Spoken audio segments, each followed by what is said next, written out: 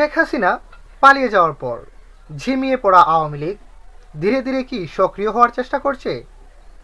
দীর্ঘ ১৬ বছর আওয়ামী ফ্যাসিজমরা যেভাবে দেশটাকে লুটপাট করেছিল, তার ফলশ্রুতিতে এই দেশের মানুষ, এই দেশের ছাত্র জনতা তাদেরকে শক্ত হাতে প্রতিরোধ করে, যার তুপে মুখে পড়ে শেখ হাসিনা পালাতে বাধ্য হয়েছিলেন। এর পরপরই আওয়ামী লীগের বিভিন্ন ধরনের কর্মসূচিতে ছাত্র জনতা সহ পুলিশ বাহিনী বাধা দিতে থাকে। কিন্তু সেই আওয়ামী লীগের কোনো সৎ সাহস এবং সৎ যোগ্যতা নেই যে তারা আবারও রাজপথে দাঁড়াবে। হাজার হাজার জনতা নিয়ে আবারও যে তারা রাজপথে মিছিল মিটিং করবে, সেই সাহস, সেই ক্ষমতাটুকু তাদের নেই। কারণ তারা নিজেরাও বুঝতে পেরেছিল তারা যে ব্যাপক পরিমাণে দুর্নীতি, গুম, খুন, অত্যাচার করেছিল, যার কারণে তাদের এই অবস্থা হয়েছে, তা তারা নিজেরাও জানে, যার কারণে তারা রাজপথে দাঁড়াতে ভয় পায়। দর্শক, দেশের বিভিন্ন স্থানে আওয়ামী লীগ ঝটিকা মিছিল করছে। কিভাবে করছে, কেন করছে, কার প্রশ্রয় করছে, কাদের মদতে করছে, এ নিয়ে আমরা একটা ভিডিও ক্লিপ দেখব।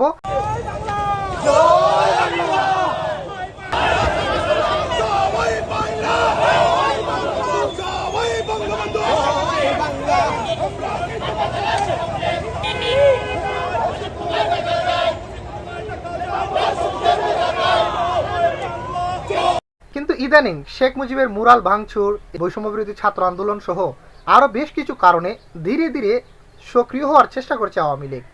তারা বৈষম্য বিরোধী ছাত্র আন্দোলনের উপর হামলা সহ দেশের বিভিন্ন জায়গায় ঝটিকা মিছিল করার চেষ্টা করছে এবং বিভিন্ন জায়গায় তারা করছেও। বিষয়টা হলো, এই দেশে ফ্যাসিবাদ প্রতিহত করার পর কিভাবে আবার ফ্যাসিবাদ মাথাচাড়া দিয়ে উঠতে পারে? দর্শক, প্রশ্নটা আপনাদের কাছে রেখে গেলাম। যারা এতটা বছর মানুষের উপর শোষণ, নিপীড়ন, নির্যাতন করে গেল, তারা কিভাবে আবারও মাথাচাড়া দিয়ে এই দেশের বুকে তারা আবারও কিভাবে আবার নতুন করে ফ্যাসিজম কায়েম করার চেষ্টা করে যাচ্ছে। আপনারা দেখবেন যে পদ্ধতিতে আগে আওয়ামী লীগ মানুষের উপর অত্যাচার, নিপীড়ন করত, সেই একই পদ্ধতিতে তাদেরকেও প্রতিরোধ করা হচ্ছে। তারা যেভাবে আগে সাধারণ মানুষের মোবাইল চেক করত, মোবাইলে কোনো ধরনের দলীয় কিছু পেলেই তাকে নির্যাতন করা হতো, রিমান্ডে দেওয়া হতো, ঠিক সেই পদ্ধতিতেই বর্তমানেও ছাত্র জনতা, সাধারণ মানুষ দেখছে যে মোবাইল চেক করে দেখছে যে উনি আওয়ামী লীগ করে নাকি অন্য কোনো দল করে। আওয়ামী লীগ পেলে ছাত্র জনতা তাকে প্রতিহত করছে। এই যে একটা পদ্ধতি, এটা কাদের শেখানো? এটাই আওয়ামীদেরই শেখানো। সুতরাং কোথায় বলে, যার জন্য আপনি গর্ত করবেন, যে পদ্ধতিতে করবেন সেই গর্তেই আপনাকেও একদিন পড়ে মরতে হবে, যেটা বর্তমানে আওয়ামী লীগ ভুগছে। এই সাহসটা পাওয়ার মূলত কারণ হচ্ছে প্রশাসনের বিভিন্ন আনাচে কানাচে আওয়ামী ফ্যাসিজম ঘাপটি মেরে বসে আছে এবং তারাই তাদেরকে গোপনে ইন্ধন দিয়ে যাচ্ছে যাতে আওয়ামী লীগ আবার মাথাচাড়া দিয়ে উঠতে পারে।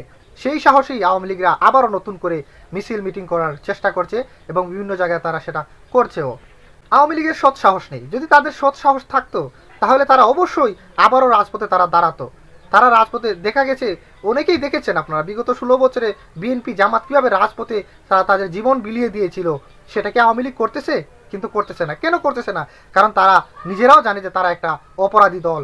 তারা যেভাবে জুলুম নির্যাতন করেছে, কোনো মুখ নেই তাদের। যদি মুখ থাকতো, কোন মুখে তারা আবার রাজপথে দাঁড়াবে? তারা নিজেরাও তারা বুঝতে পারছে, যার কারণে তারা রাজপথে দাঁড়াতে পারছে না। দেশের মানুষ যদি আবারও আওয়ামী লীগকে ক্ষমতায় চায়, বা আবারও যদি দেশের মানুষ চায় যে না, আওয়ামী লীগ রাজনীতি করুক, দেশের মানুষের সেটা হবে দেশটাকে সংস্কারের পাশাপাশি আওয়ামী লীগকেও সংস্কার করা হোক।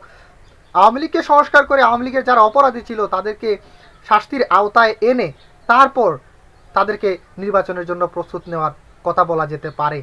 এটা যদি জনগণ চায়, দেশের জনগণ যদি চায়, দেশের জনগণ যদি আওয়ামী লীগকে আর রাজনীতিতে দেখতে চায় না, তাদেরকে নিষিদ্ধ করা হোক, এইরকম দেশের মানুষের চাওয়া থাকে, তাহলে অন্তর্বর্তী সরকারেরও উচিত আওয়ামী লীগকে নিষিদ্ধ করে দেওয়া।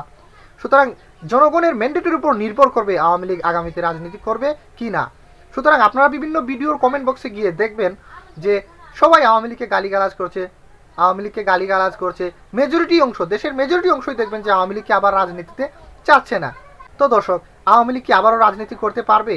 আওয়ামী লীগ যেভাবে মাথাচাড়া দিয়ে উঠার চেষ্টা করছে, সেই উঠাটা কি তাদের সফল হবে? তারা কি আবারও তাদের লক্ষ্য বাস্তবায়ন করার চেষ্টা করছে? তারা কি তা পারবে? আপনার কি মনে হয় দর্শক? আপনার মূল্যবান মতামত আমরা কমেন্ট বক্সে আশা করছি।